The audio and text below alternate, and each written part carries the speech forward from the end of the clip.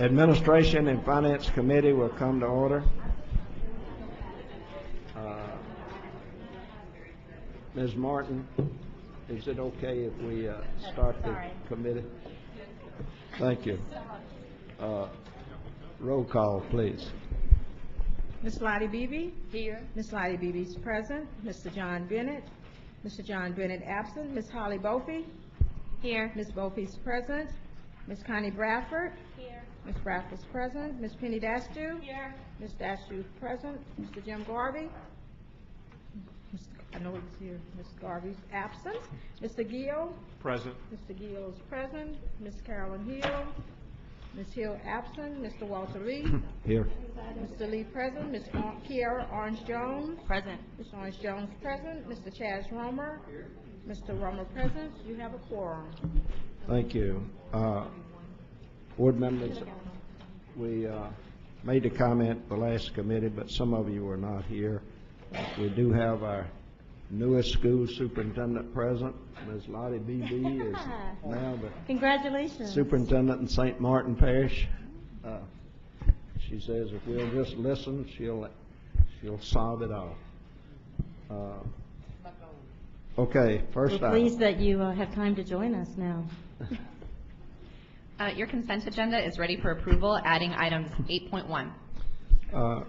We do have a request for comment. We got several comments this morning, comments on almost every item, but we have a request for comment on item 2.2, which is a consent agenda item, so I'm going to ask that it be removed from the consent agenda. And we're ready for approval of the consent agenda with that one removal. Okay, we'll entertain a motion. Okay, we have a motion and a second to approve the consent agenda. Any discussion? Any objection? Motion carries. Okay, comment on item 2.2 by Ms. Lee Barrios. And this item is consideration of RSD contracts of $50,000 and under, approved by the State Superintendent on Education. You can find this item on page 2. Move to approve. You don't need it? Okay.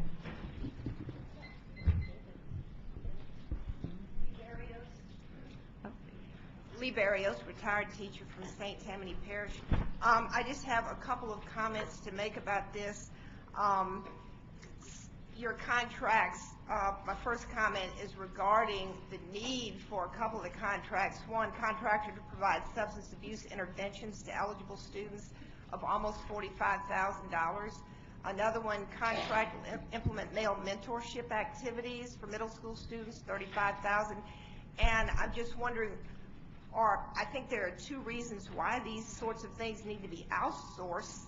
One is the autonomy of charters, which doesn't give them the capacity to fund these things for each of their schools. And the other is the tight budgets the districts who do have the capacity are experiencing, and find it difficult to afford these things. And also your proposal, for instance, to eliminate or reduce or not require school counselors, and yet at the same time you're outsourcing these. It brings to my second problem with this is that it's very difficult. I make a request that somehow or other the public be provided with more information ahead of time on these contracts, that it be available so that it doesn't require a formal request for public information, which brings up an interesting story. I've been filing a lot of FOIAs lately because I haven't been able to find the information that I need to prepare for these meetings and for other problems. And I've been accused by Mr. Garvey of costing the taxpayers a lot of money to fill these FOIAs. And a funny thing happened yesterday. I was in the process of filing a FOIA, and I accidentally hit the send button before I actually asked the question. And Mr. Superintendent White, who has a sense of humor, and I do appreciate that, Mr. White, immediately, I mean within a minute, responded saying that, well, this will be an easy one to fulfill this time. So, but then a problem arose in that Mr. Garvey, thinking that he was responding to Mr. White, wrote back to him and accidentally copied me and said, yes, but still try to find some way to charge her for the cost of responding. So this is definitely a problem, getting this information. I'm asking that you, with your new website, you find a way to put some of this information on the website for us. Thank you. Thank you, Ms. Barrios. Chair would entertain a motion to receive the recommendation from the staff. So moved. Second. We have a motion and a second to receive the report. Any other comments? At what point, Mr. Romer? if I, thank you, Mr. Chair, at what point are these contracts listed for public consumption? Do they go on the web, or? I believe they were posted, and BESE staff can help me, but I believe they were posted last Thursday. Along with the rest of the information for the meeting? Along with all of the backup for the meeting. The agenda was, I believe, posted 10 days ago. This material was posted, I believe, 5 days ago. It was seen publicly. Okay, thanks. Generally, we try to post publicly 5 days in advance of the meeting. I just didn't know about the contracts. Thank you. Okay. Ms. Beebe?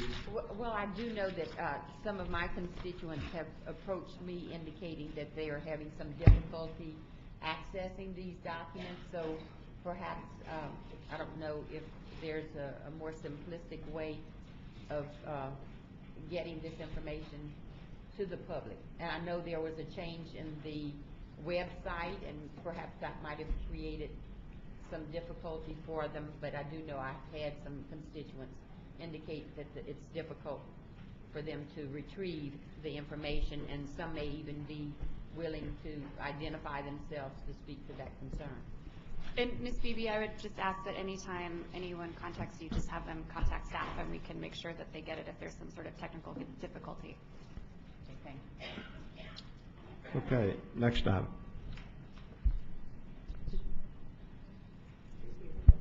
Your next item is item 4.1 on page 54, consideration of discussion of the MFP formula. The recommendation is to receive. We do have a speaker that has asked to address this item, and we'll take that one before we give further consideration. That's Sean Fleming. Would it be helpful, Mr. Chairman, for us to walk through the presentation and then have Mr. Fleming's reaction to it? Okay. Why don't we do it in that order, Mr. Fleming, if that's okay with you? Do we need a motion? Great. Would you like a motion to receive, Mr. Chairman? Yes, please. We have a motion and a second to receive the report. Mr. Superintendent. Thank you very much, Mr. Chairman. Board members, as you know, we are a couple of months away from a final MFP for this year. Obviously, we heard this morning public comment on the MFP generally, and I want to reflect many of the statements that were made this morning around the value of equity and around the value of achievement for our students. And so we are coming today with just some concepts to share with you for your input and for the public's input with respect to the MFP. We hear from members of the education community, parents, policymakers, and others about the MFP on a regular basis over the course of the year. And so the concepts that you're going to see today reflect what we think is the most salient input that we've received. And so we're sharing these concepts. We then will engage in a public discourse provided you're given your feedback. We will engage in a public discourse over the course of the next month and a half, at which point we will arrive at a formula for your consideration at the next BESE meeting, which is for about a month and a half away. So I'm going to ask Ms. Ciano to walk through some of the specifics, and we will go from there. First, I want to talk about an issue that was discussed this morning. We have shared, and I believe this is part of the public comment, at the Special Education Advisory Panel, some considered changes to special education. I also want to emphasize that the legislature has issued a study resolution with respect to the funding of special education in the formula. We are not bringing specific proposals today, but we're bringing conceptual ways of implementing the MFP and designing the formula so that you can give us feedback. Today, as you know, there are weights provided based on specific student needs that represent the cost of educating students with particular needs in a given school system. At the same time, we know from educators that the base weight, which is 150% in the MFP, is sometimes alternately too much for some students, meaning a student who has a very moderate disability might not require 250% of the normal MFP. Similarly, you might have a student who is severely impaired, and that the cost for that student's education significantly exceeds what you would get from 250% of the MFP. At the same time, we have variation in terms of the percentage of kids who are classified as requiring special education services from one parish to the next. We have wide variation in terms of the achievement of those kids in a given parish. And I want to finally just emphasize that special education in our department's view is not a class of child. It is an academic tool that we try to use to ensure that kids can make as much academic progress as possible. And so the concepts that we're going to propose today try to address this question of equity across districts while at the same time ensuring that special education is viewed as an academic tool to help our students. In light of that, we are proposing today to talk about really four areas of potential changes in the MFP that have been voiced. I want to talk through each one in some detail. I'm going to spend more time on the special education area than others, again, for your feedback. Those areas are, first, special education, as I mentioned. Second, whether the idea of a gifted weight extended should be essentially treated the same in kindergarten as it is all the way through 12th grade. Third, the question of efficiency and the loss of funds for students who graduate early. And finally, the way that the at-risk rate is calculated. Again, I would say that the latter three impact a relatively small number of students. The first one will impact a relatively large number of students across our state if implemented by the board. First, with respect to special education weights, as was mentioned before, we have raised the idea that rather than just a 150% add-on, instead you could address these issues of equity and special education as an academic achievement tool by providing weights for the specific disability a student has, the environment within which they are educated, and how well they are actually doing. As I said, the legislature has requested that we consider such options, and the recommendations or thoughts that we'll bring today are in line with that. You see on the left-hand side of this slide how it works currently. You have a base 150% weight for students who fall into 16 exceptionalities, categories that are recognized in federal law. The count is a little bit above 80,000 students, and that is a $313 million weight. We are not proposing in this discussion today specific weights, specific changes in dollar amounts, and so on. We are proposing a consideration of a different concept. As I said before, that concept would take into account the severity of the disability and the success the School and school system is having in various ways with that child. Our goal is to achieve equity and to achieve special education as an academic tool. In the way that we're thinking about it currently, these weights would be relatively equal. And within the performance, you could have specifics, categories of performance. To some respect, it would just be, yes, that students would be doing better on their assessments. Also, we might want to consider how it is that schools are rewarded or not rewarded for using response to intervention. and for maintaining a reasonable and appropriate rate of special education referral.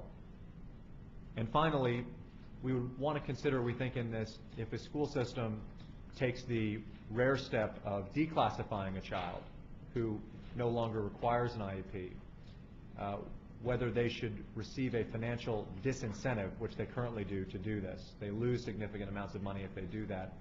We're not saying that we should create an incentive, but we're saying perhaps if that's the best decision, they shouldn't face a financial penalty.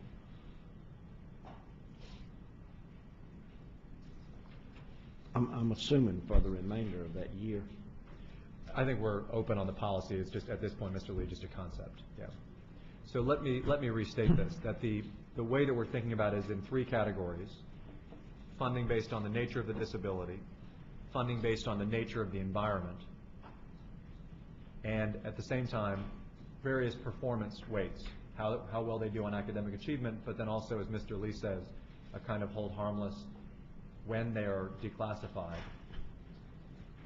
and some consideration of how response to intervention is working. You wouldn't want to penalize a system that has a relatively low rate of referral because they're addressing their students' needs through interventions before they're classified.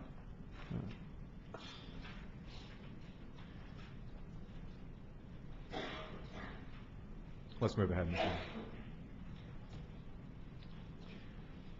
So one of the challenges that has been mentioned by a couple of our speakers in the earlier hearing is that if you break out the particular disabilities into categories and you look at studies and reports that have been done nationally over the years, you have a relatively predictable and standard breakout in terms of the disabilities that by which you could weight these categories. Now, I think as was mentioned by a couple of our commenters, we're not showing this to endorse this specific framework, because I think that there are complexities within some of these terms that need to be addressed. I can just think of a couple off the top of my head. Distinctions between students who are blind and students who are visually impaired. Distinctions between students or among students who are at various places on the autism spectrum. These things would need to be considered, but you would need to come up with a weighting system that appropriately addressed various disabilities and the cost of serving kids with those disabilities.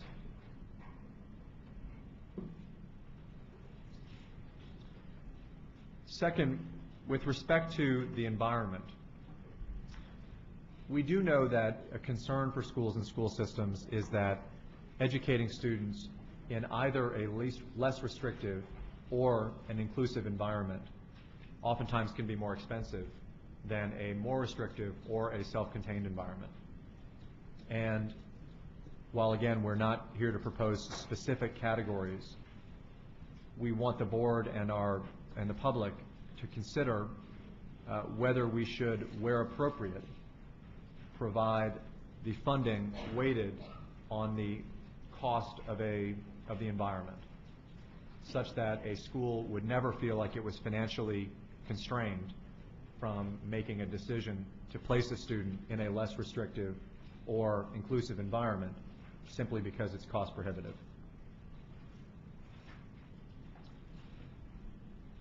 Again, the challenge is in then drawing up such classifications, and we have placed this here as a kind of sample way of how you would look at this, but you would have to identify students that were eligible for a particular environment, and you'd have to have a taxonomy, as you have here, of considerations for which environment they would be weighted in which way. Again, we list this as a sample, not as a specific policy, because there's a lot of language to work through with our partners and the advocacy community.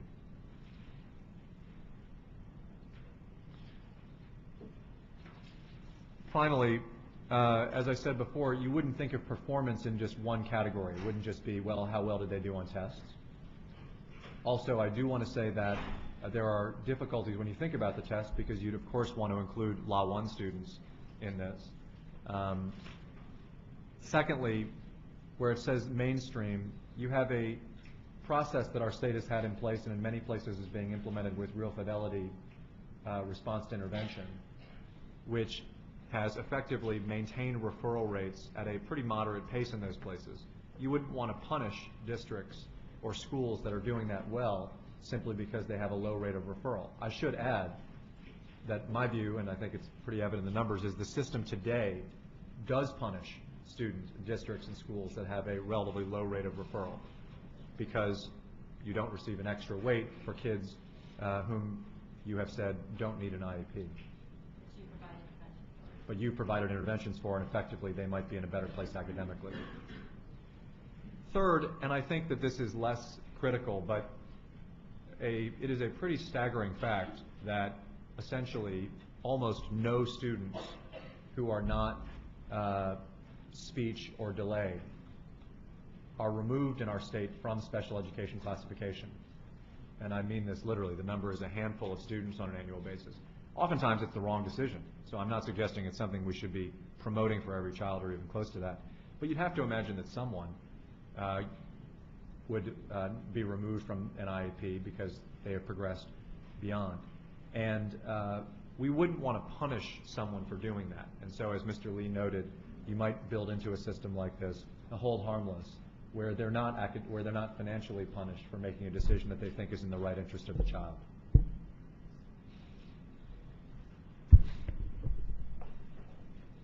Mr. Chairman? Yes. May I ask a question of the superintendent? Let's go back.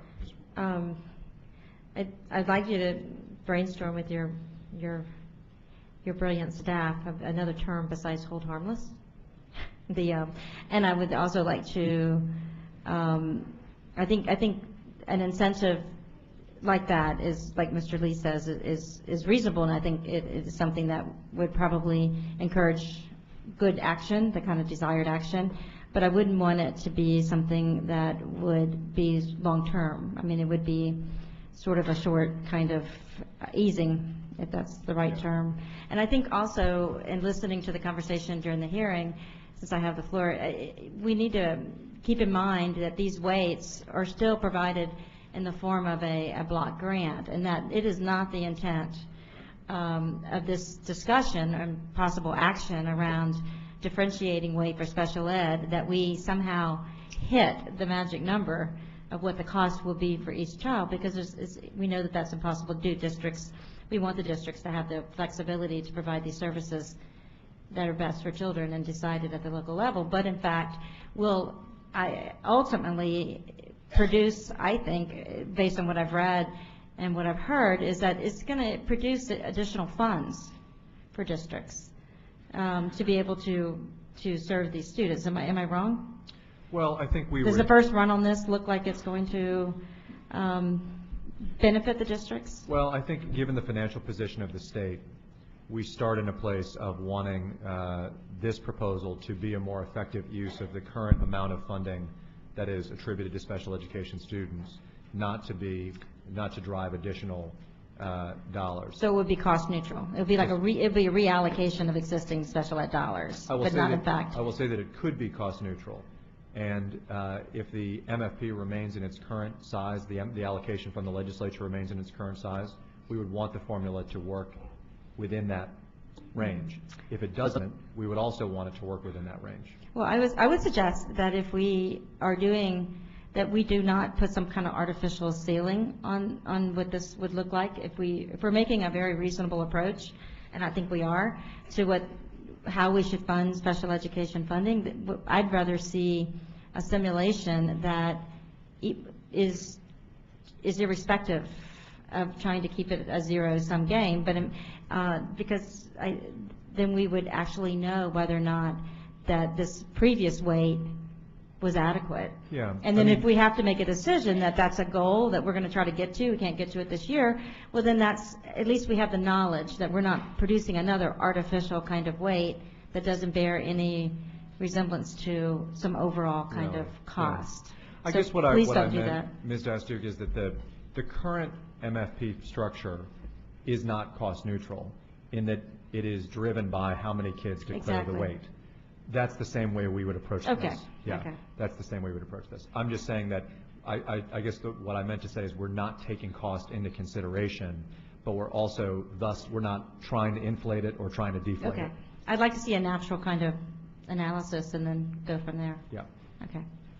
Ms. Beebe? I don't know if this is the time, but since Mr. Astudillo asked her question, what has been the response of the special ed experts within the district as it relates to determining the weights per disability? Well, we've been engaged with advocates, also the Special Education Advisory Panel, to have conceptual discussions. And we then plan to take it to broader audiences such as special educators, statewide, parents, and others. And I think that conceptually, people have tended to be very favorable toward this because it values, number one, the idea that particular students are harder to fund than others, and there isn't equity.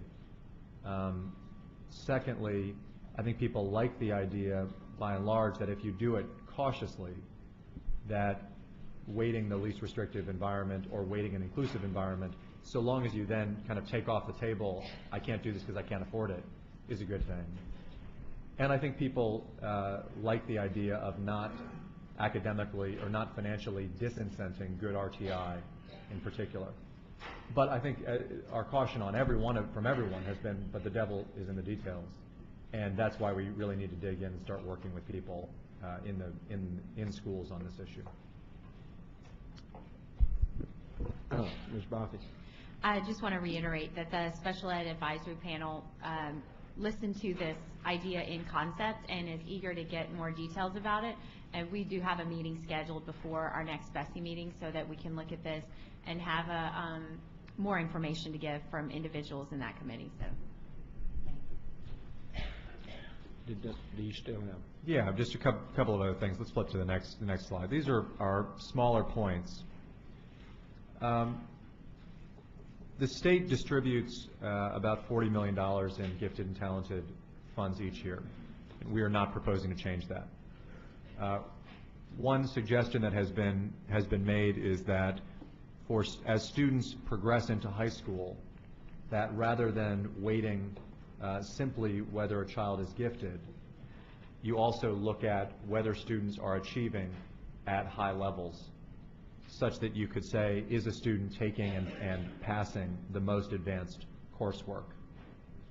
So in other words, rather than simply saying, well, the child is gifted, therefore deserves this additional weight or calls for this additional weight, should you actually start measuring attainment of rigorous mastery with these dollars?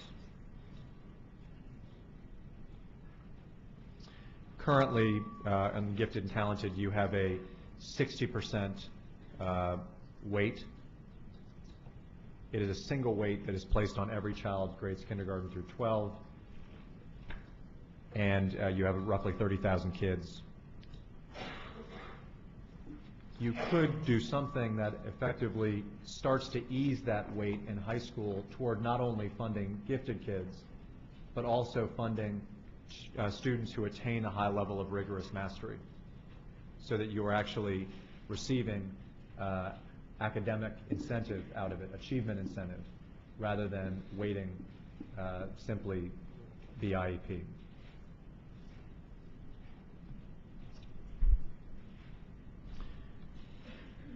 Finally, the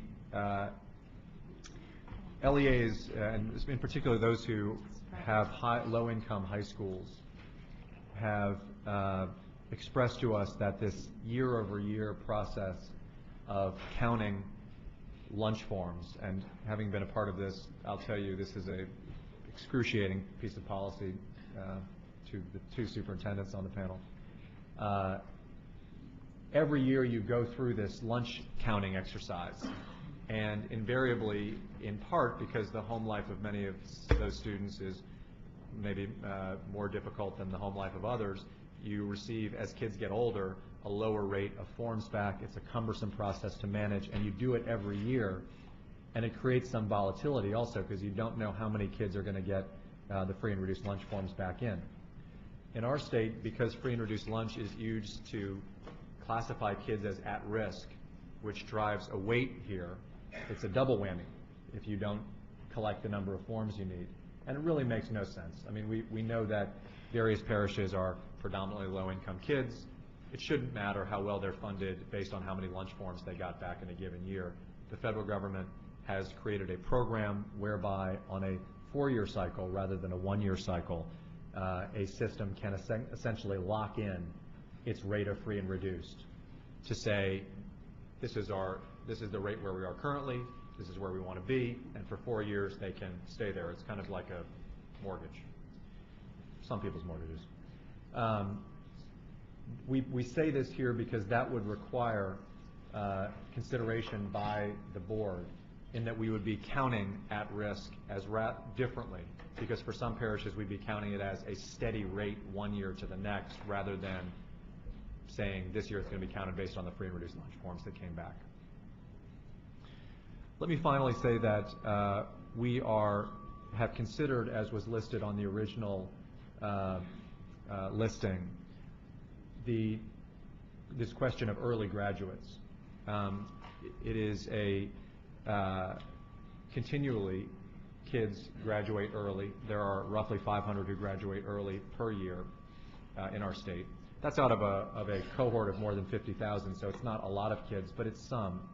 And we are considering whether school systems which have ostensibly achieved great things with these kids should be penalized by effectively then losing revenue for them. And so we are discussing whether or not the MFP should factor that in.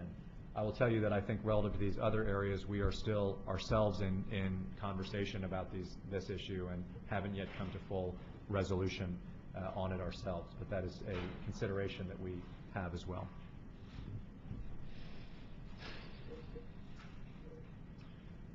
Mr. Chairman, that ends our report, and I welcome the board's comments.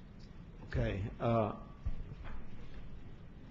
We're going to hear the speaker that wants to address the committee, and then we'll open it up for board discussion. Well, we have 3 speakers. Mr. Fleming.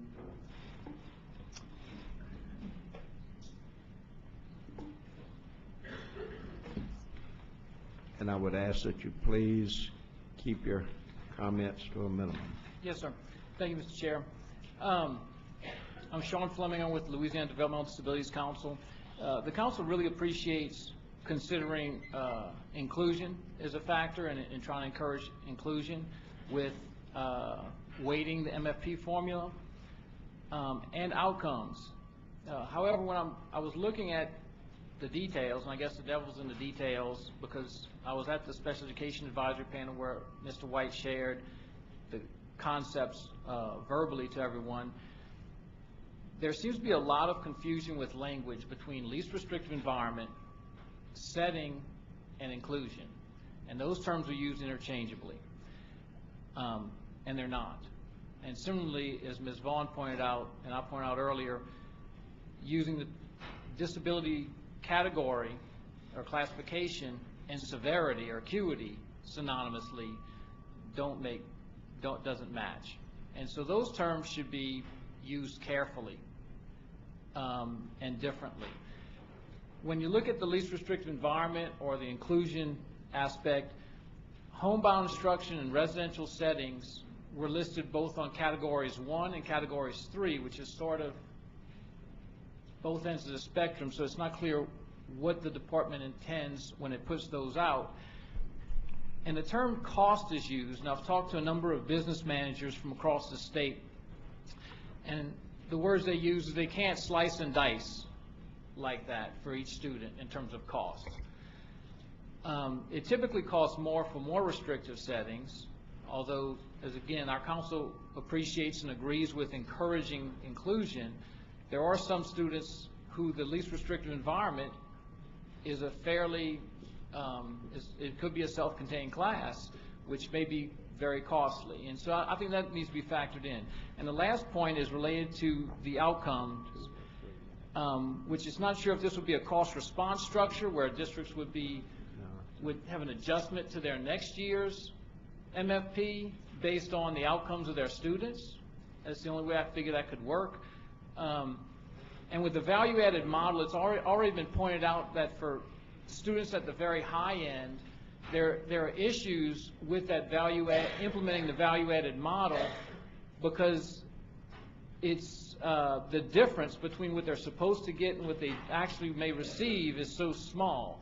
Well, that same issue I would expect to happen at the other end of the spectrum, where kids at the very low end, it could be a very minute difference if they made it or not, could impact whether a school's MFP or funding is provided and allocated. And I think that should be taken into account, and that the whole value-added model should be evaluated to ensure that it is a reliable and valid measure of that. Thank you very much. Okay, thank you, Mr. Fleming. If I could just, Mr. Chairman, just restate that I agree with Mr. Fleming's cautions on the language, because these are highly technical terms, and we look forward to working with the council and the special education community generally in our state on trying to refine such language. Okay. Next, we have Jesse Haynes.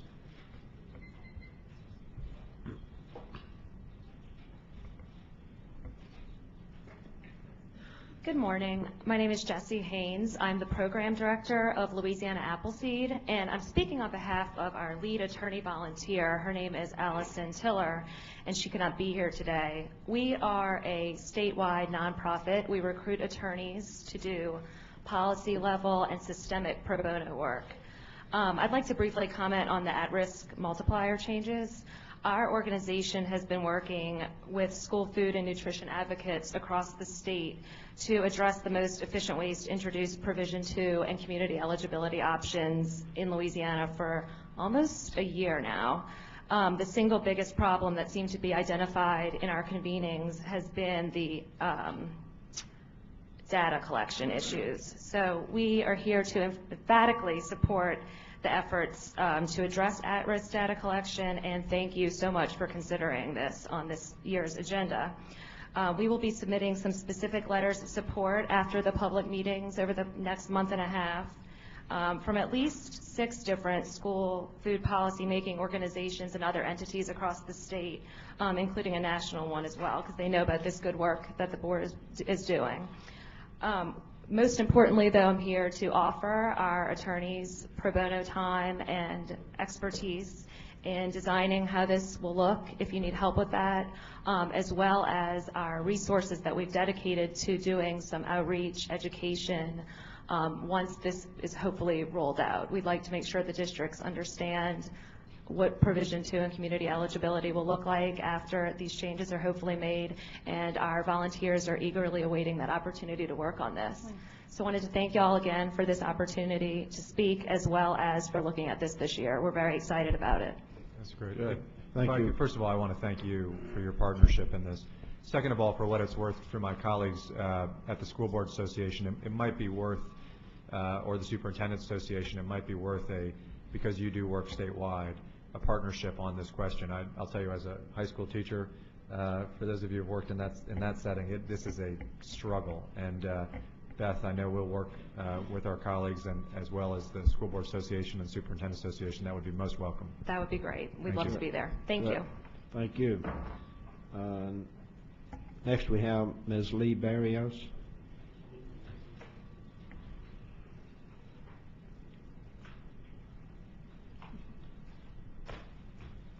Lee Barrios, retired teacher, St. Tammany. Unlike the previous speaker, I don't pretend to understand the math of the MFP. However, I'd like to address conceptually some of these ideas, and like everybody else, I only got this a couple of days ago, and I understand that you're saying these are ideas to look at. So to address the idea, Mr. Superintendent White, I hope that you recharge your spent batteries when this gets to the public and to parents, especially parents of special ed and gifted kids, because at the same time that you're saying there are disincentives to maintaining low rates of referral, you're in essence saying that you want to incentivize low referral. You're saying that creating some disincentive around providing more expensive, less restrictive environments, which that needs to be explained to me for sure, how it can be more expensive to put a student in a less restrictive environment. But you're saying let's disincentivize a least restrictive environment. So you're going against the concept of special ed. As far as the gifted and talented, again, this isn't a full explanation, so maybe I'm misunderstanding, but if you're, for instance, suggesting that gifted students should be required to take the most challenging course, the question is, what is the most challenging course? Is it an AP course or is it a gifted course, for instance, in high school? And to me, if you're saying, if you, for instance, say it's AP, then you are in effect going to reduce the gifted and the gifted program. In closing, I'd like to say that the business of education on your early grad funding, the business of education is to keep kids in school and to educate them.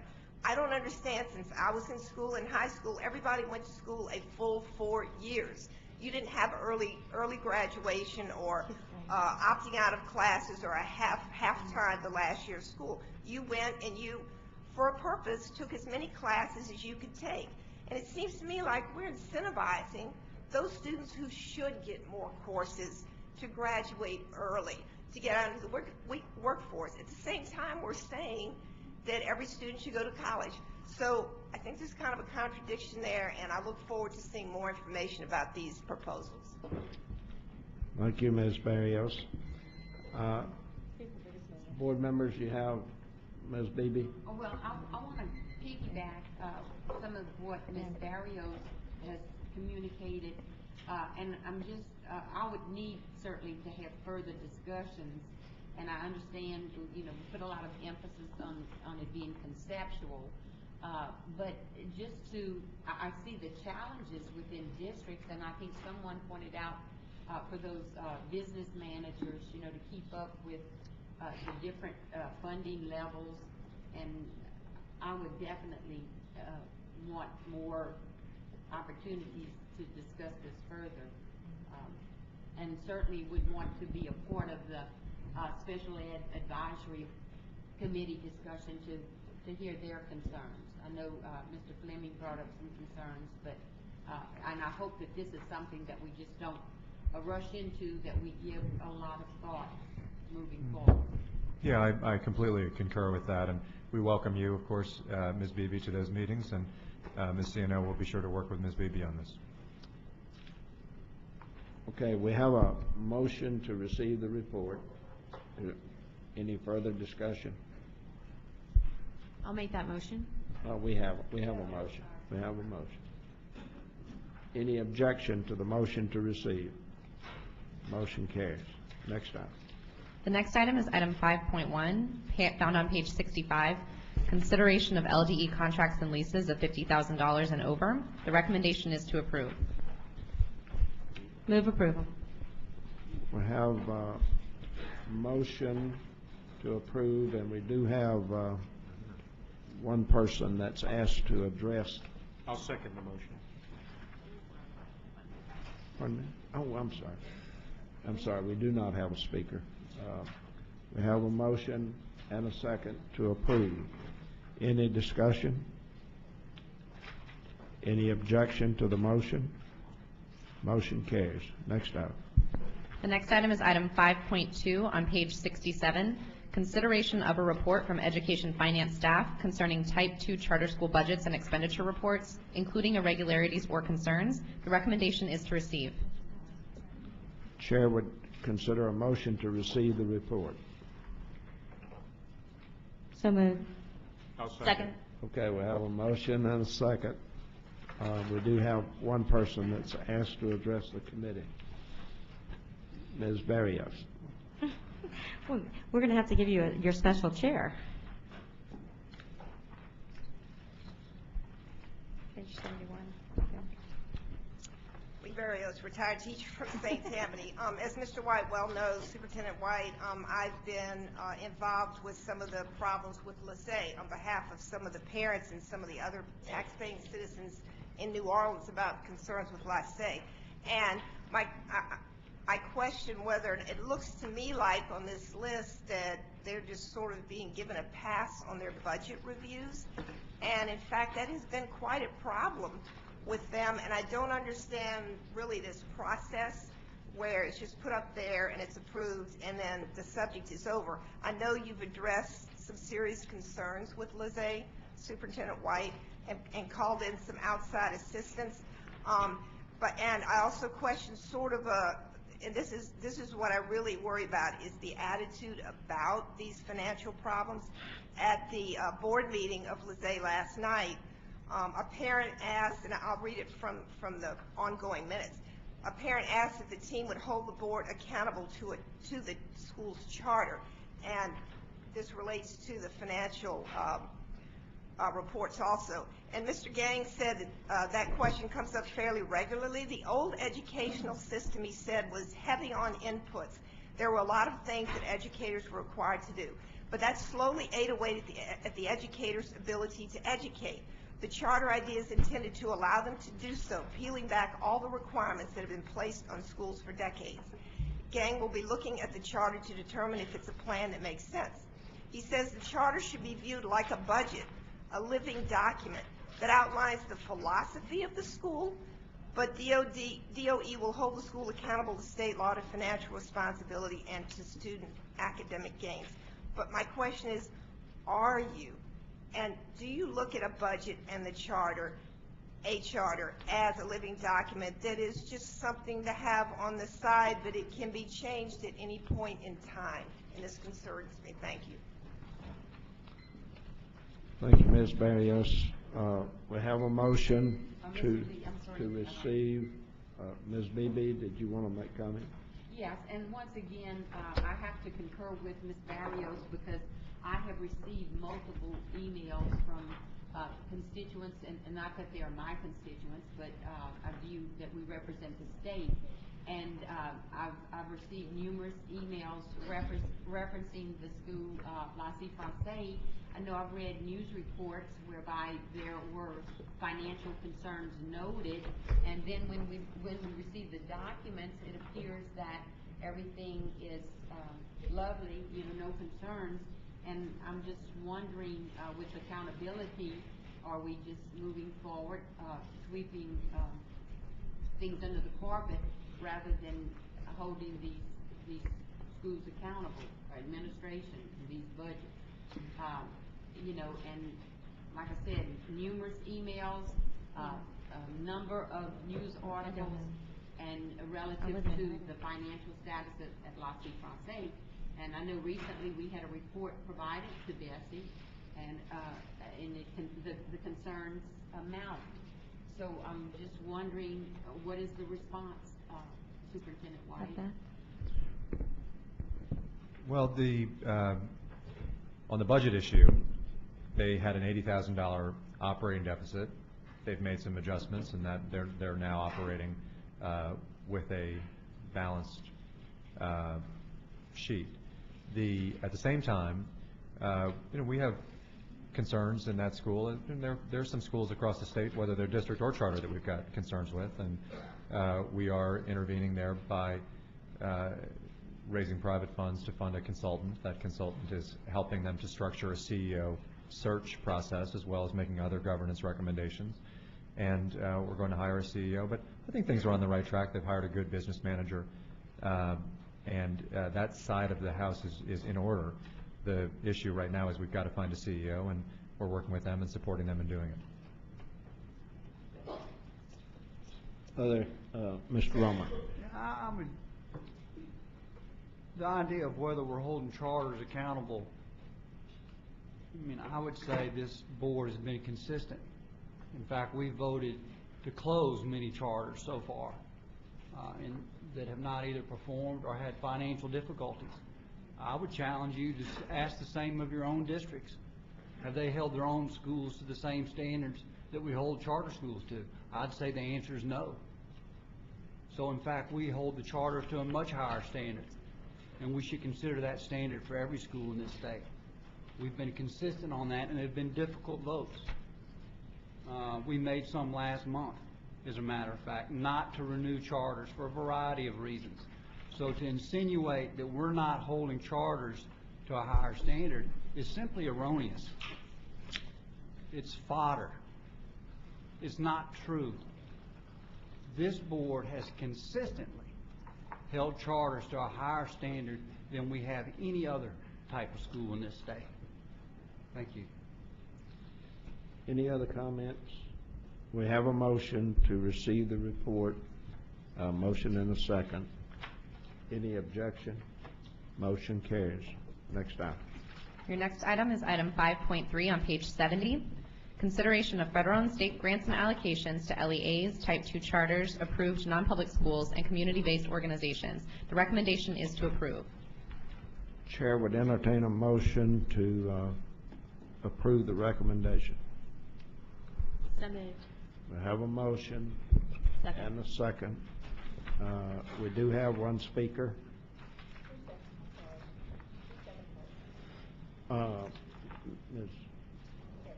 Jones. Ms. Barrios.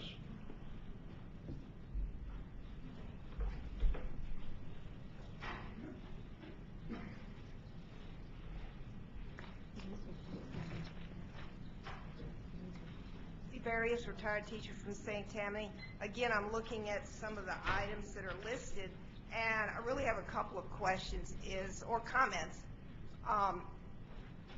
It appears to me that charter schools are being highly funded for services that the traditional school districts are having their funding tightened up on or never had the opportunity to receive. Starting up a new school. These charter schools are getting millions of dollars as startup funds for new charters.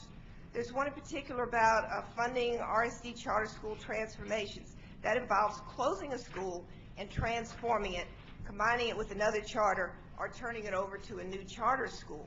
And a lot of the parents and the people in this state feel sort of the same way as was reported by Memphis families, who, according to this article, were outraged with school takeover. And they list some of the problems. Parents resent an outside group coming in and taking over, particularly, they say, when there's scant evidence teachers and staff are experienced enough to know what they're doing. They're furious the school's names and colors were changed without input. They question why the principal has never led an inner-city school and earned her education degree only 2 years ago. And you think this gentleman here know what African-American children need, and so on and so forth. And yet, it seems that the Department of Ed is highly funding these things. You had a case where you denied a charter at the last meeting and had that school turned over to a school that's a failing school. And this was actually a higher performing school. So I don't understand this. I have questions about it. Okay. Any comments by board members? Ms. Beebe.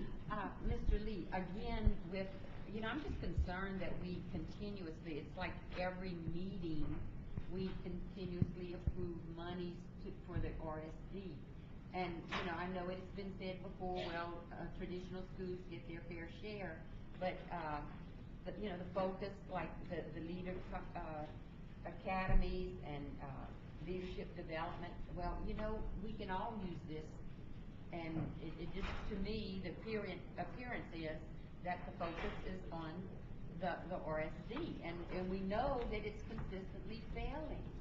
And I don't know, it's kind of pouring good money after bad, it's a repeated process, and I'm concerned. Well, if I could maybe respond to both the hesitant, though I am to respond to the question and I'm going to respond to the comment.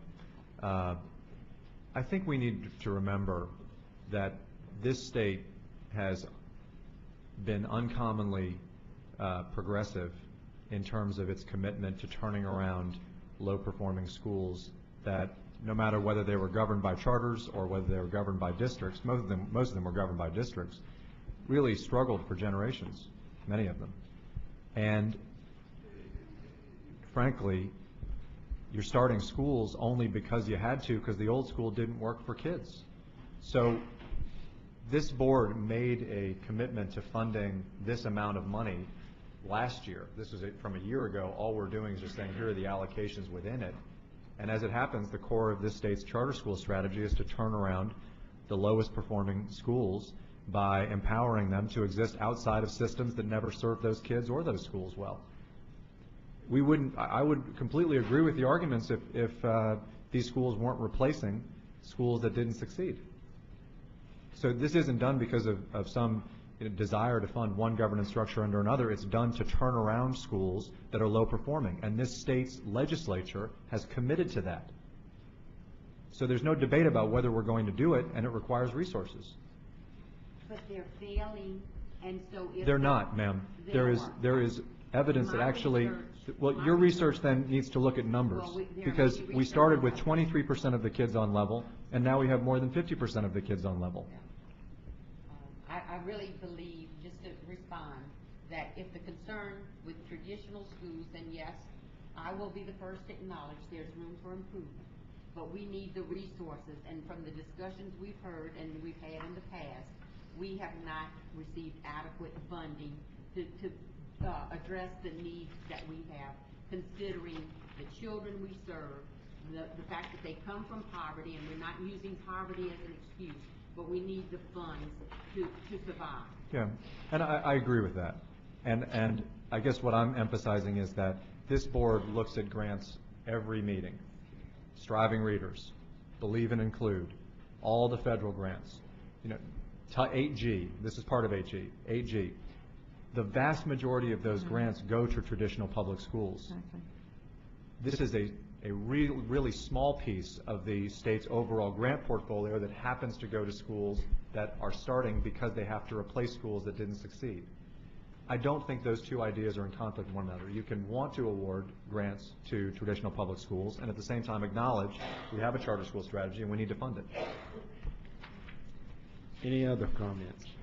Mr. Chairman, I just would like to point out that it may appear that we spend a lot of time and a lot of money supporting the RSD schools, but those contracts, those decisions are under the purview of BESE, and that's why they're here.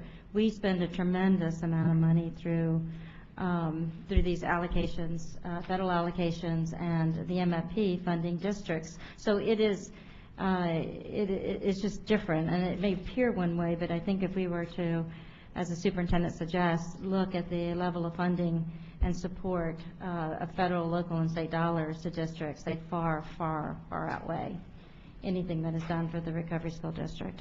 It's just the manner with which the board's responsibility is presented to you for approval. We have a motion to approve. Any objection to the motion? Motion carries. Next item. The next item is item 6.1, found on page 81, consideration of RSD contracts and leases of $50,000 and over. The recommendation is to approve. I so move. We have a motion. Do we have a Second. and a second to approve the motion? We do have one comment. Oh. We did have Ms. Barrio passes on commenting. Any discussion? Any objection? Motion carries. Next item.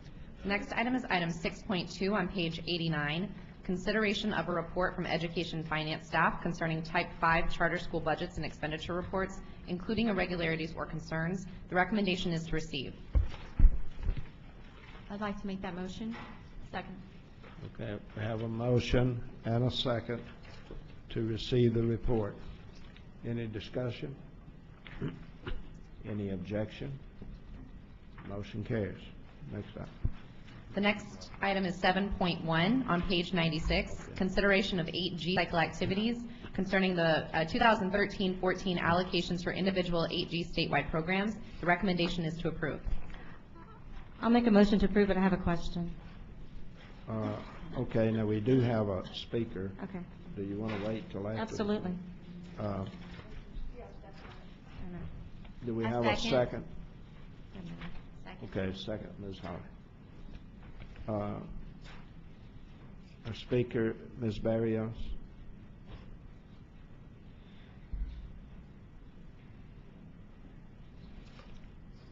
I have to say my name every time. Lee Barrios, retired teacher, St. Tammany.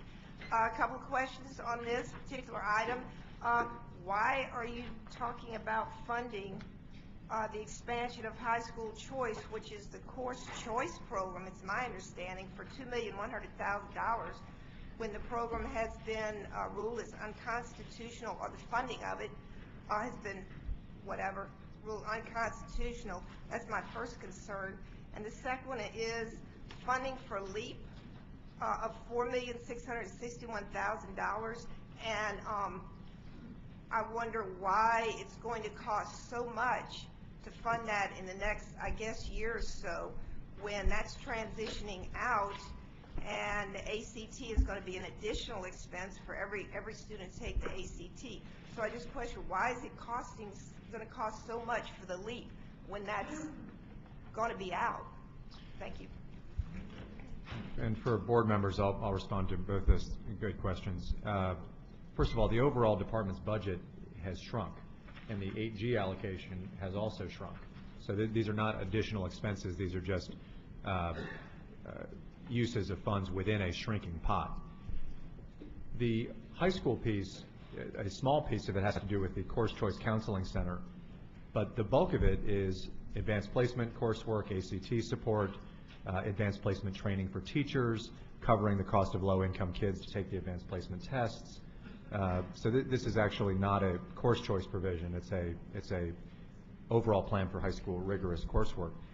And with respect to the LEAP, the line in the 8G category, the constitutional category, is LEAP for the 21st century. But this is actually going to be spent on the creation of additional items that will be field tested this year to align with the Common Core across subject areas. As you know, we've announced to our educators that our tests will begin to change this year, where you have field tested items in math, social studies, and science, and items that count in English.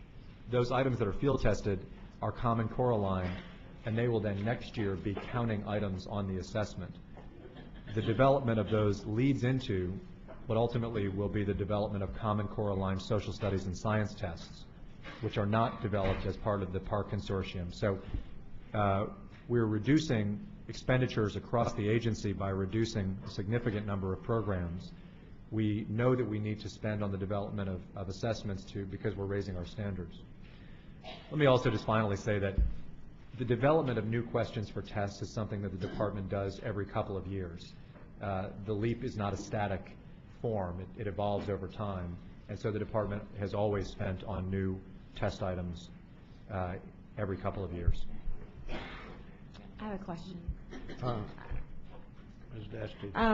Yes, I have a question about, not about the program and budget, but when I look at it, we've continued to support in the block section early childhood, but it doesn't appear that we're allocating any 8G funds to support the pilot for Act 3 in the next 2 years. I know that there's an anticipated cost of the pilot of $400,000 to maybe 1.25.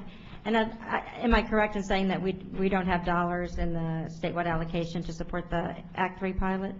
No, this is the pilot work is supported in the. Is it in here? Work. Okay. Yes, Because my suggestion would be is that if we were to have an uptick in available dollars, I would like to suggest that the board consider using those dollars to increase the ability to have more programs in that pilot. I just think it's probably some of the most important work we're going to be doing next year, and I'd like to be able to participate even more fully in those pilots if the dollars are available. And I want to agree with that. Are you sensing an I'm sorry. in revenues? I am not sensing enough. Well, I don't know. I think there's always hope. At some point, this is going to turn around. And yes, ma'am. Excuse me. Some of that support is actually going to be in the early childhood literacy program. It's in the literacy. How much? It's $1.6 million that will be going there. Not all of it will be for that purpose, but that's where you'll see some of the. Do you know how much of that 1.6 is going into the pilot? It's no, roughly I do it's not roughly have- $1 million. $1 million? Slightly above $1 million. So we're fully supporting this pilot. Yes. Okay. Yes. Okay. Ms. Thank you so Beebe. much. Ms. I just wanted Beebe, to then Ms. Cross. question Superintendent White, and you Yeah. might have discussed it. Yeah. The expanding the first item, the high school choice, what does that money actually address? What are your plans? Sure. As you know, there are a number of areas in which we're trying to expand options for rigorous career and coursework at the high school level. Part of that, as one of the questioners mentioned, is in regard to our course choice program, and in specific, the state will be establishing a counselor assistance center that can assist high school guidance counselors or school counselors doing guidance work in both the course choice program and beyond in terms of what courses students are eligible for or required to take. Secondly, we are training teachers statewide on advanced placement, and likely will fold in International Baccalaureate to that as well. Third, there is some support here for ACT-oriented activities, and also in this are the funding of opportunities for kids to take advanced placement tests who otherwise would not be able to for financial reasons. Unlike the ACT, there's not a subsidy provided by the College Board for low-income kids to take the advanced placement. We have agreed to fund some of those assessments for those kids. Thank you. Mr. Gardner. Yes, we have in front of us a budget for next year's AG allocations, and I was wondering how this is different from the current years. Particularly, what are we funding in the current year that's going to be reduced next year? We don't have a comparison budget in the packet.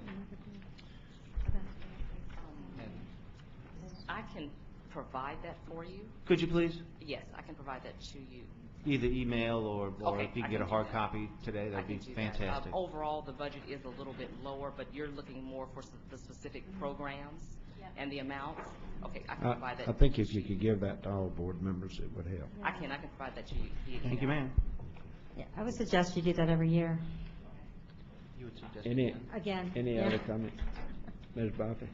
I just wanted to ask the superintendent if he anticipates that the questions that will be created for the testing as we're making a transition, if those will be of use later on as in maybe for formative assessments, so that we have the value of both the test for the transitional purpose, but also the questions that we can use later on. It's a tricky thing because you don't want to release an item that could be used in its exact form later because you want to keep that item secure. But we are making a lot of assessment items available next year, and that's part of this as well, that are sample items. And teachers have been asking us for not just sample items, but sample items with student results that have been scored. And so we'll be providing some of that as well. So I don't want to say that the items that are on the LEAP field tested or real counting will be released because they could be used for on future tests themselves. But the replica items that are essentially just like them that will be put into PASS and EAGLE will be developed, and these funds will go toward that as well. And I was thinking more along the lines after PARC is released. So once PARC is released and we've moved on to a different set of tests, if we were to still have use for the questions that are going to be developed with this money. That's a good question. I don't know actually the exact answer as to whether or not we can contractually use those questions, but Bridget, if we could just make sure to take that question down, we'll get you an answer. Thank you. Okay, the chair has a motion to approve. Mr. Chairman, may I make one more request? Would you please send the email to me, I don't know if the board members wanted the budget for the early childhood literacy program of the AG, the breakdown of the 1.6? Thank you. Any objection to the motion on the floor? Motion carries. Before we go to the next item, I'd like to recognize State Representative Rogers Pope. Rogers, raise your hand. He's usually with us, but he's here this morning. Appreciate you being here. Next item. Your next item is item 7.2 on page 102. Consideration of AG program and budget revisions and/or progress reports on statewide or block grant programs for fiscal year 2012-13 with regard to expanding high school choice. Excuse me, the recommendation is to approve. Chair would entertain a motion for approval. We have a motion and a second. I do have one speaker, Ms. Lee Barrios. Okay.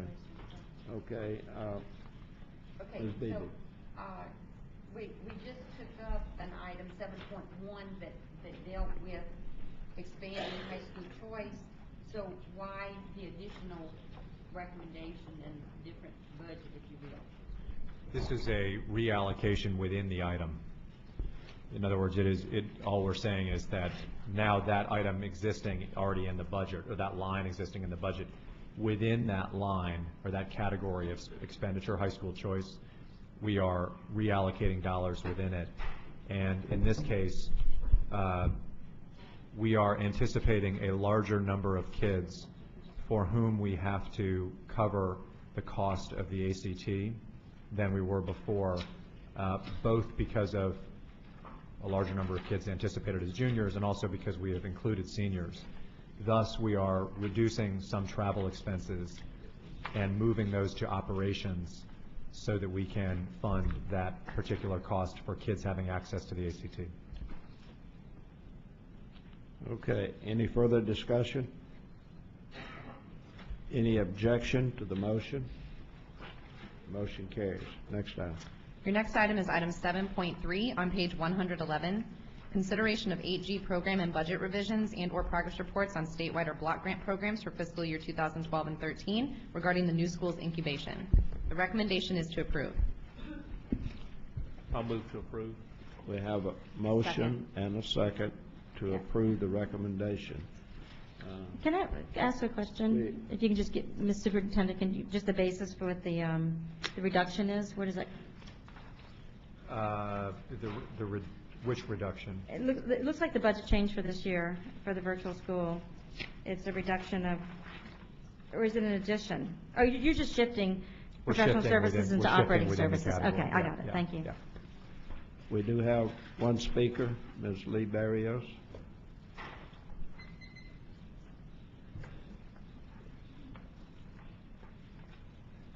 Again, I'm more asking for clarification on this one. It looks like this is funding Louisiana Virtual School for their ACT, administration data, et cetera. And my first question is, if that's accurate, why are they funded separately? It appears they're being funded separately than the rest of the state. And my second question is, it says the total cost is $2,516,300. And previously, when I asked you, Superintendent White, what the ACT tests were going to cost students in their first year administration, and you said the projected cost for grades 8, 9, 10, and 11 is $2,550,000, which is, I don't see how this could be comparable. So if you could explain Ms. Barrios, I think you might be commenting on our next item. 7.4? And we're on 7.3. Oh, sorry. That's all right. Just keep your seat, because you'll be up next. I don't know if you should go all the way and call it her seat. That's right. Squatters' Okay. rights. I would remind that board members, we have a motion on item 7.3 on page 111. And the motion is to approve. We have a motion. Is there any further discussion? Seeing none, motion is approved. Now, we're on item 7.4. Yes, item 7.4 is on page 120, consideration of 8G program and budget revisions and/or progress reports on statewide or block grant programs for fiscal year 2012-13. This item is regarding the Louisiana Virtual School, and the recommendation is to approve. Chair would entertain a motion. We have a motion and a second. Now, Ms. Barrios. Okay, so if I need to repeat my question, I can. Otherwise, If you could, I was just a little confused as to what you're talking about. It appears, I could be misunderstanding this, but it appears that this is funding for the Louisiana Virtual Schools for their ACT testing, administration, all that, in the amount of $2,516,000. And my first question is this a separate, why are they funded separately, or are they than the rest of the state? And my second question is, you responded to me once that the cost of the first year administration of ACT for 8th, 9th, 10th, and 11th graders in the whole state would be $2,550,000. And so I'm just confused about the numbers and about the funding for this. Mr. Chair. if I may interject. If you notice in the change, there's the $400,000. That's the piece that is going to be dedicated for ACT in the virtual school. Not the entire. This is the entire allocation for LVS. Okay, The so 2.5 still, million.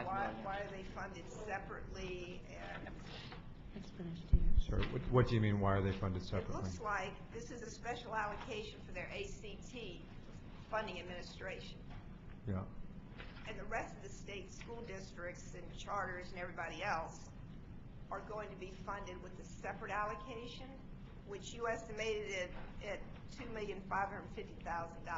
I just don't understand the funding of the ACT, why they're being considered for a separate funding source.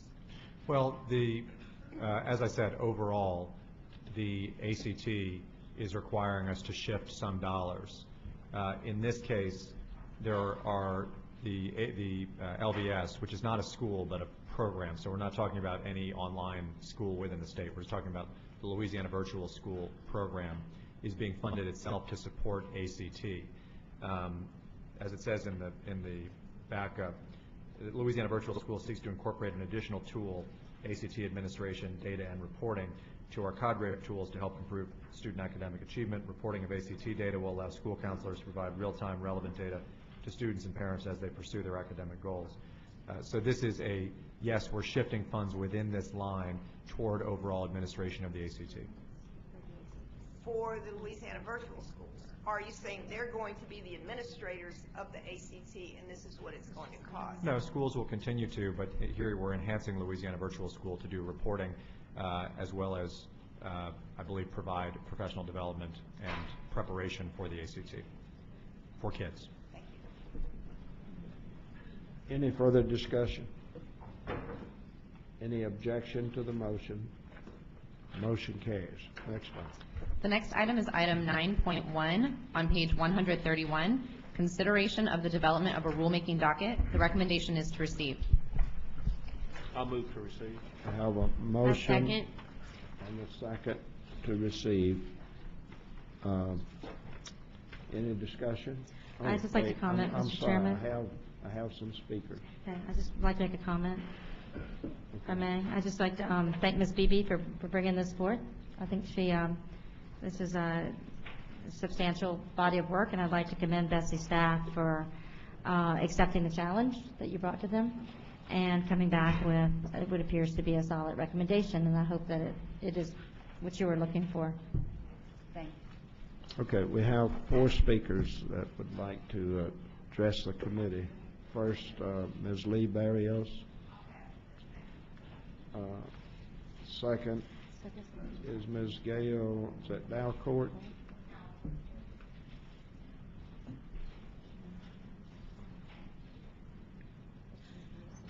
Thank you. I would just like to speak in support of this rulemaking docket. I am the Director of Curriculum and Instruction in St. Martin Parish, and I definitely addressed Ms. Beebe about an issue that we came across. Part of my responsibility is the local pupil progression policies, which ensures that we adhere to state and local policies across the district. One of the main things that schools have to deal with is promotion and retention policies, and you have to make sure that you adhere to state policies, local policies, but do what's in the best interest of each child.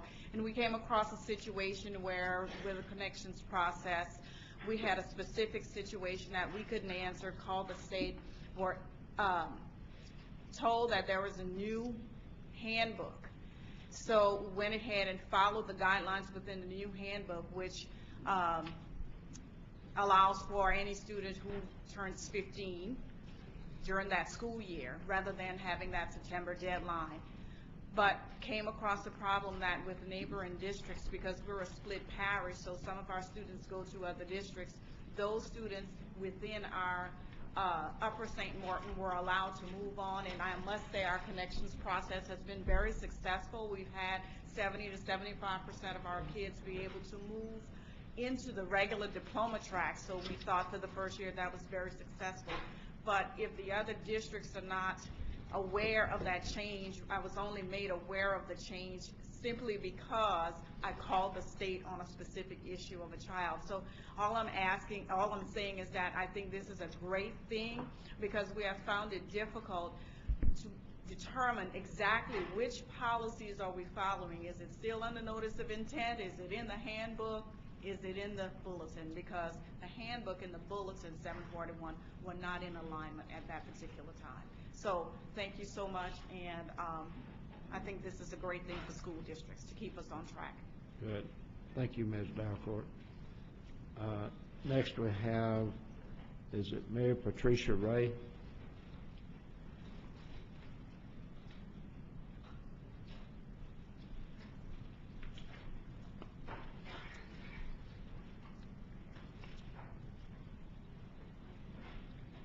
Good morning. I apologize for being dressed as though I'm from a different climate. You're going to have to forgive me. I'm at the tail end of the flu here.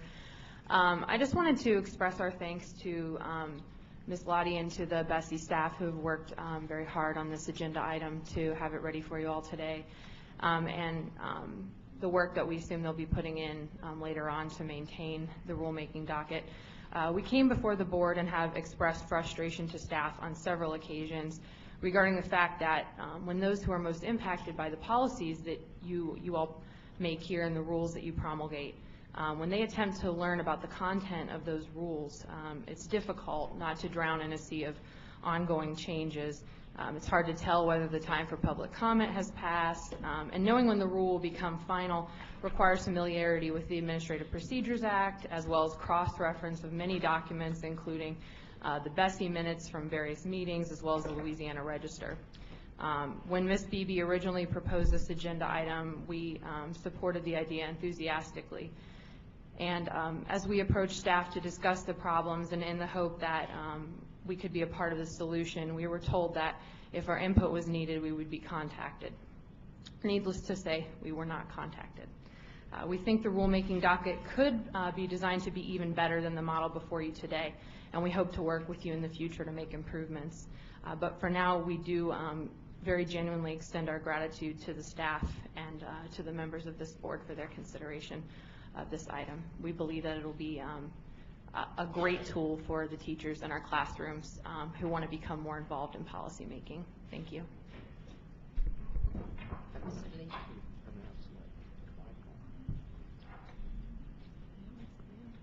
Mr. Is it Charles Michael? Misha.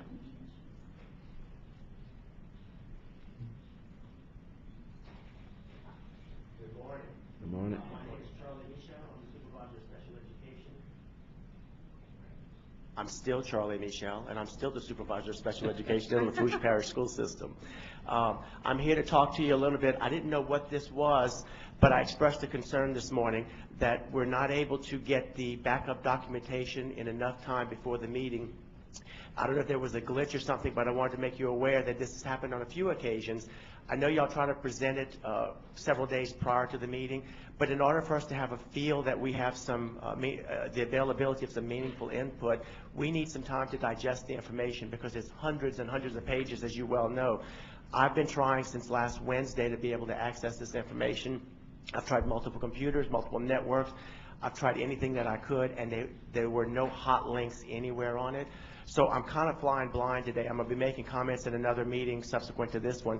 But we don't have the information available to be able to see if there's any input that we can give you to help you to make decisions that will minimize negative public perceptions. And as you all know, that's a crisis. We're in crisis mode right now. There's the appearance of not being able to be approachable with some of the decisions that the department is making or that BESE is making, that the legislature is making. We have some expertise that we want to share with you, and the only way we can do that in a meaningful way is to be able to have the information prior to it coming before this committee. So I'm just asking that you look into the availability of the supporting documentation so that we too can be a part of this process. Thank you very much. Thank you. We have a motion to receive. Any further discussion? I'll make a motion to receive, and I would like to suggest that BESE staff sit with Mr. Michel. Michel, okay. Maybe sit with him and go through the steps because I've had access to it through the same way that, that's how I access it, and I've been able to. Okay. Okay, well, once you work with our staff We're and see happy if to, we and can. I've accessed it publicly as well without having to log in. But let's So let's whatever find the- out what the problem is. Ms. Beebe. Okay, and I simply want to thank Ms. Gail Dalford for being here today and leaving her responsibilities back at home, because we certainly have numerous responsibilities there. But also, just to reiterate that I have just been contacted within the last 2 days, 2 different individuals wanting clarification about the Administrative Procedures Act, and most definitely with regard to the policies, the proposals we approve, and then through the rulemaking process. So I think this is very much needed, and I appreciate the support on the board.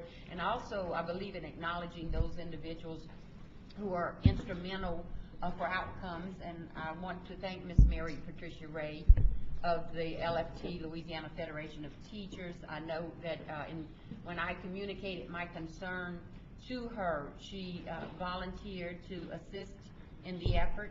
And so once again, I want to credit you and thank you, Ms. Mary Patricia. And certainly Ms. Hill had a hand in compiling the rulemaking docket, so I also wanted to acknowledge her efforts as well. Thank you. Okay, we have a motion to receive. Ms. Bob. So, I didn't know if you guys were sitting there to do a presentation or not. Okay. The questions that I have, or the recommendation that I have is that, I see that this will be one section. I'm anticipating this will be one section of our website. What I'd like you to do is where we have our BESE policy, where there's changes under consideration, that where people from the public might go and click on a BESE policy, if there's changes in the process of being made, that would be noted where all of our bulletins are kept, so that it refers people back to the fact that they might need to check out the rulemaking docket so that they can anticipate potential changes. So thank you very much for this. I think that it will help us a lot. Thank you, Ms. Bobby. Any further comment? Any objection to the motion? Motion carries. Next item. Next item is item 9.2, consideration of reports in response to resolutions of the 2012 regular legislative session. The department recommendation is to approve. Chair would entertain a motion. Motion. Okay, we have a motion Second. and a second. Discussion?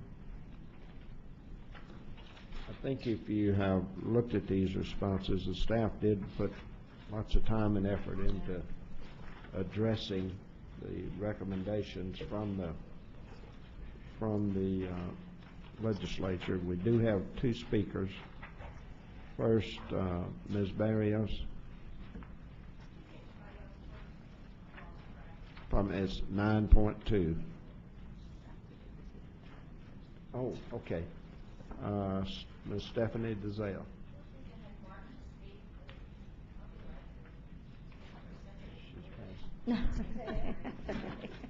Are you passing, Stephanie? Okay. Fill the time.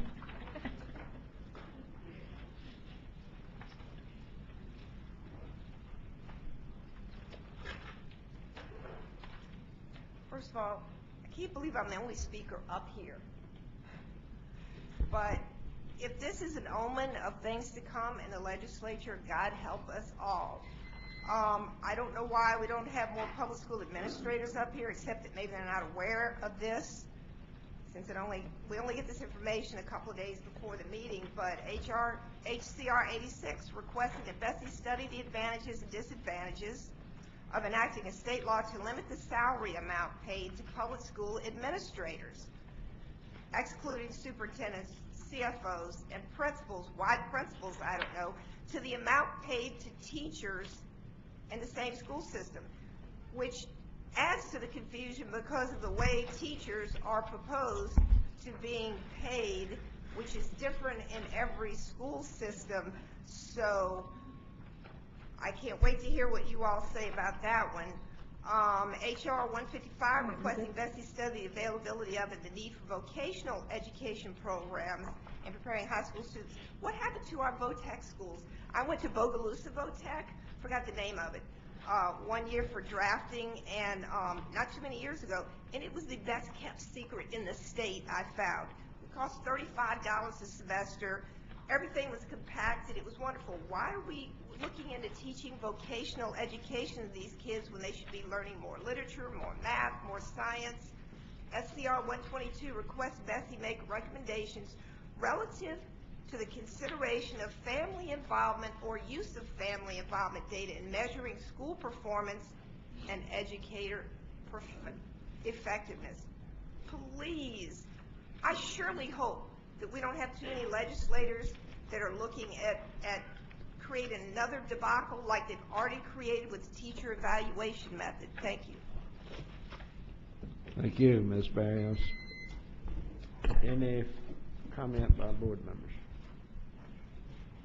The motion is to approve the staff's response. May I ask a question? Ms. Beebe. And I do apologize. Normally I put more time into reviewing these policies, but I was unable to do. So this is our response, as I understood, to the 2012 legislative session. Right. That's correct. And so technically, where Ms. Barrios is concerned, I guess I would need clarification moving forward. Just the response, I didn't read all of the responses, and I know that she pointed out several concerns. So I would just perhaps like Mr. White, if he will, to just kind of summarize for my benefit, if no one else's, to say, to clarify or to offer your rationale for the response. Well, there are several resolutions that were issued and that we responded to.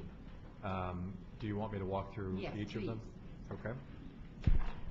Representative Hazel had a resolution that asked the board, this board and the Board of Supervisors of Community Technical Colleges to study the feasibility of high school diplomas for adults that graduate from adult education systems and meet state standards.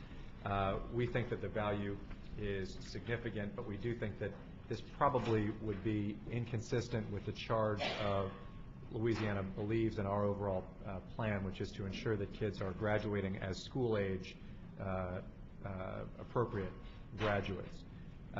Furthermore, the GED, which would be a proficiency exam that substitutes in a sense for adults who are seeking a diploma level education, is moving toward alignment on the Common Core.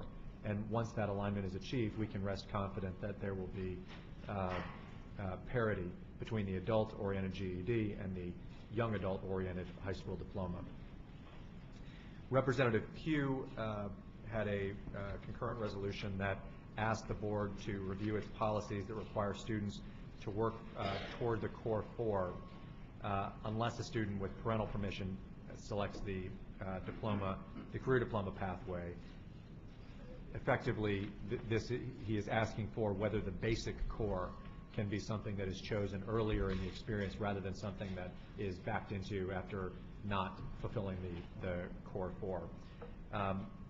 We have two diploma options to start with, as you know.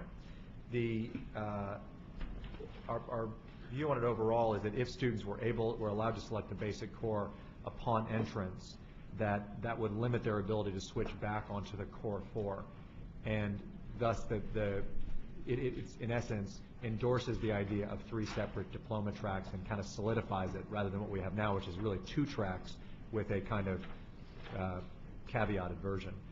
And we think probably, the feedback we get from school systems all the time is, why are you making this so confusing? You have 3 diploma tracks, you should just have 2. And in light of that resistance from school systems, we think that endorsing the idea of 3 diplomas to start with in 9th grade probably is not a wise path to go down. I would also add that I think the board should consider, as we transition to the Common Core, what our overall approach on the career diploma and the Core 4 is. It's going to necessitate a discussion. So before we jump into anything such as an endorsement of this approach, we should have an overall discussion of our diploma tracks. Representative Thompson had a resolution that asks the department to look at the advantages or disadvantages of requiring a state law that would limit the amount of funds paid to school administrators, in particular those who are not at the higher levels of those organizations. We are making a move, as you know, to adjust the compensation scales within the educator workforce, in part to keep highly effective educators in the workforce and in our schools, and it requires that districts replace those their pay scales with new pay scales. I know no one knows that better than you, Ms. Beebe. We think that these recent initiatives should be given time to reach their full implementation. Let's see what the results of those are in terms of keeping educators in the workforce and not move quickly to adjust the pay scales of various administrators. Let's see where we end up. And then if we want to make adjustments to others, then we may consider that at another time. A couple of more. Representative Cox asked the board to study the availability of vocational education programs in preparing high school students for industry-based certification. So you know, we are making preparations to consider with the board a comprehensive approach to the career diploma, which really should outline our broad framework for those students pursuing a career path rather than a four-year university path. So we take the charge very seriously. We've taken some strides through both course choice as well as our partnership with LCTCS, and we will be bringing you, as part of this overall diploma discussion, a consideration of an approach to the career diploma. And as a result, we're going to make the necessary adjustments to the overall career plan that I think Representative Cox wants us to make. So in essence, we are returning to him views on it rather than saying there's a definitive thumbs up or thumbs down. And our view is, yes, they do need to be changed. They need to be, our approach to the career diploma does need to change. And we're going to put a lot of work into this. Finally, Senator Mills asked the board to consider whether use of family involvement should be factored into the value-added formula. We know that there is a concern among educators that family involvement is a factor in student achievement. That's been quantified by plenty of studies. And for anyone who's been in a classroom, we know it's a job that is made easier when you have strong family involvement, made harder when you don't. There are factors in the value-added formula that already speak somewhat to that, around attendance, around discipline, around income status, and so on. And this fall, the department convened a 16-person study group to respond to this resolution. The group determined that while some forms of family involvement could be measured, i.e. attending parent meetings, for example, the idea that it could be measured in a secure way, in a way that is bulletproof, essentially, probably won't work. And we think it's not prudent, just from a mechanical perspective, to measure family involvement activities as a component of the value-added system. It also could potentially negatively affect the ratings of teachers who achieve impressive student growth in spite of a lack of family involvement. And we think it would increase the burden at the school level to report a lot of data around, which parent was at which meeting and so on. So for these reasons, we are proposing that the board recommend that school leaders seek out proven strategies, and that this be a strong recommendation to the school for increasing family needs, increasing family involvement, partnering with community resources and others, but not endorse it as a measurement to be put into the formula. And that, Mr. Chairman, those are the entirety of the reports. Okay, and I want to thank you, Superintendent White, for that clarification. Sure. Also, so as I understand it, this will be presented to those legislators, and then moving forward, they will respond or react to our position? Yes, in other words, we're providing, they certainly can respond, you're right. We're providing a response back to them that would guide them ostensibly for the purposes of their decision whether or not to try to make law about our response. Okay. Yeah. But we have fulfilled in doing this what they asked us to do through a study resolution. Okay, thank you. Any further discussion? Thank you, Mr. White, for reviewing that. Thank you. Any objection to the motion? Motion carries. Next item. Your next item is item 9.3 on page 324, consideration of the process and framework for the annual evaluation of the State Superintendent of Education. The recommendation is to approve. We have, and you have in your packet a recommendation. A committee was named of BESE members to review the process and to make recommendations for the framework for the evaluation, which was delayed until the anniversary date. Mr. Roman, do you want to make I some move comments? approval. Okay, we have a motion for approval. And I believe that information is being submitted to you now. I'll second it. And I will, if I may, quickly thank the working committee, Ms. Beebe, Ms. Bophy, and Mr. Gio for the time they put in, which was significant time during the holidays, quite frankly. And they gave, I think the committee worked very well together and reached, although they may have additional comments now, because between the last time we met, there have been adjustments based primarily on the information that's available on the quantitative side in order to evaluate the superintendent. But I believe we've come up with an instrument that fairly evaluates the time that the superintendent has served, is using data that is readily available during that time that he served, and we also have qualitative measurements as well. I would thank Ms. Beebe in particular for her focus on really wanting to make the superintendent's evaluation resemble those that we give other members of our education community, in particular teachers, resemble that as much as we could, given their different job descriptions and responsibilities. But I want to thank her. I think she did a great job. She may have additional comments, but I would move the board approve this item.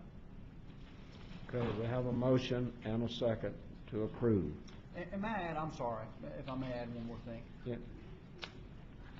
There were additional quantitative measurements that were considered for this particular evaluation.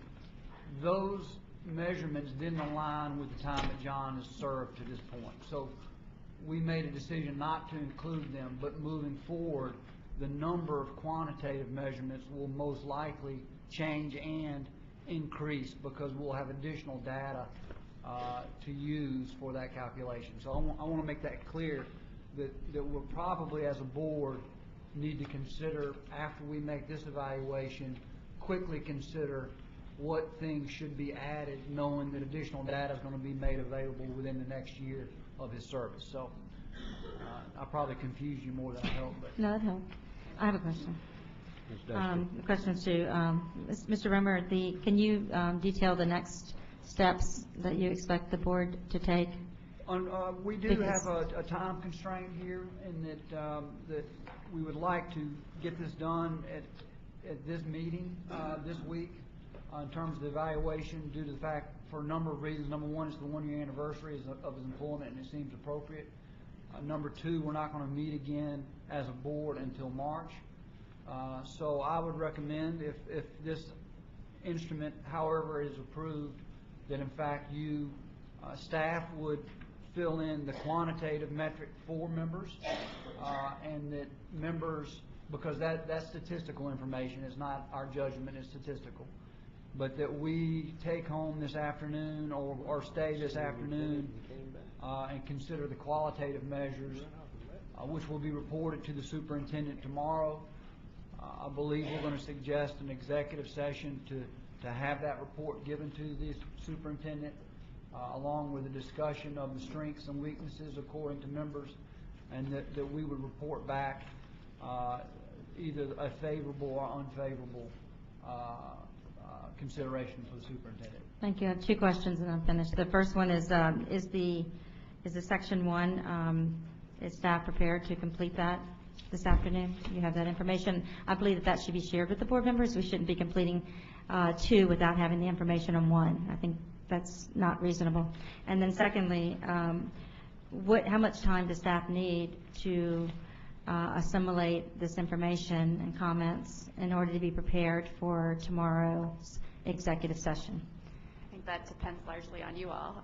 If you have a lot of comments, that might take a little bit more time, but depending on what changes are made here right now, we can have copies ready for you all by the end of lunch, depending on when we break for lunch, for then you to take with you either this evening or complete at some point before you leave today, and then can put together. So if you turn them in before the beginning of tomorrow's board meeting, that's enough time to turn it around? Yeah, I think. Okay, thank you.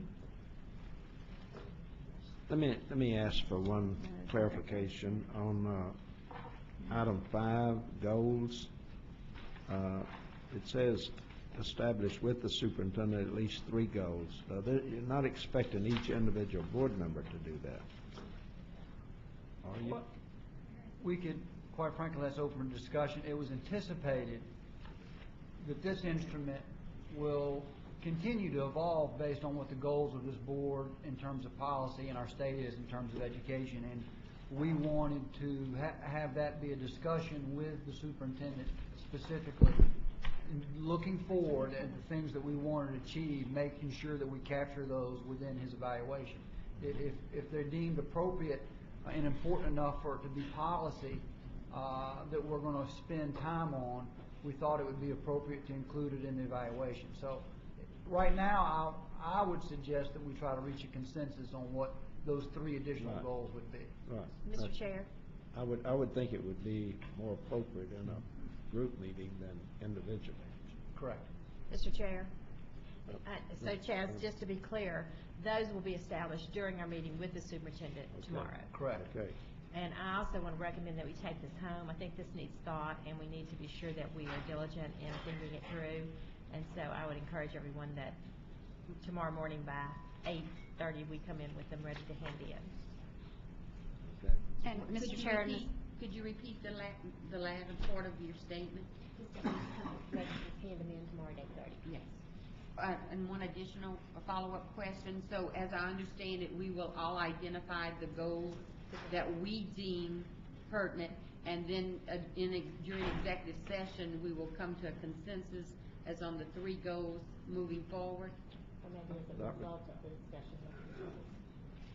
I'm asking. I would think it needs to be a dialogue with the superintendent, saying, knowing what policies we have passed and what our goals are as a board and as a state, what additional items, if any, would we want to include in the next evaluation as a goal? Right.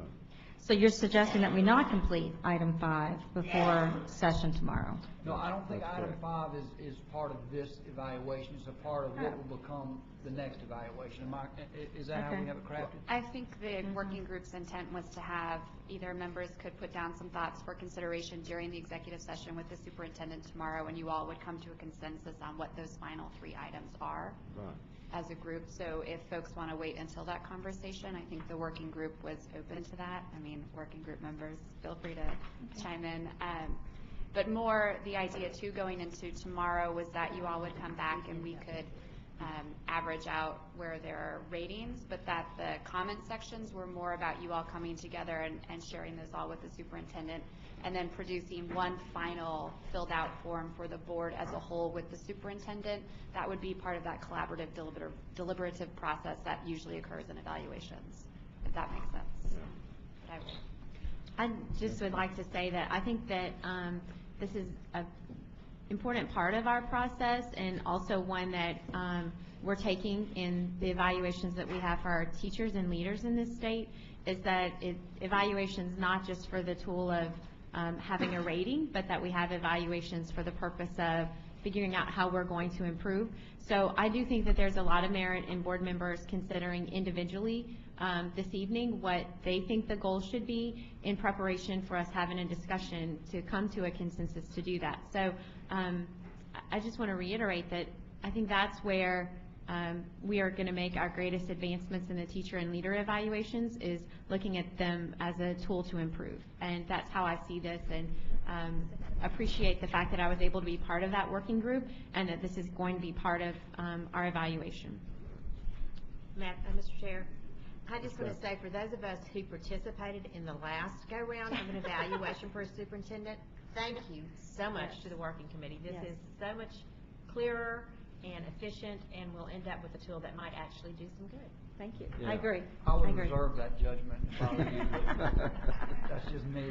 The chair would also commend the committee for the work. I think this is good work, it's clear, and I think it will move us forward. Any further comment? Any objection to the motion? Motion's approved. And that completes the committee with only an hour and a half late. The next committee is academic goals and instructional Holly's improvement. taking it. Let Holly do it. Let's see, who's chair?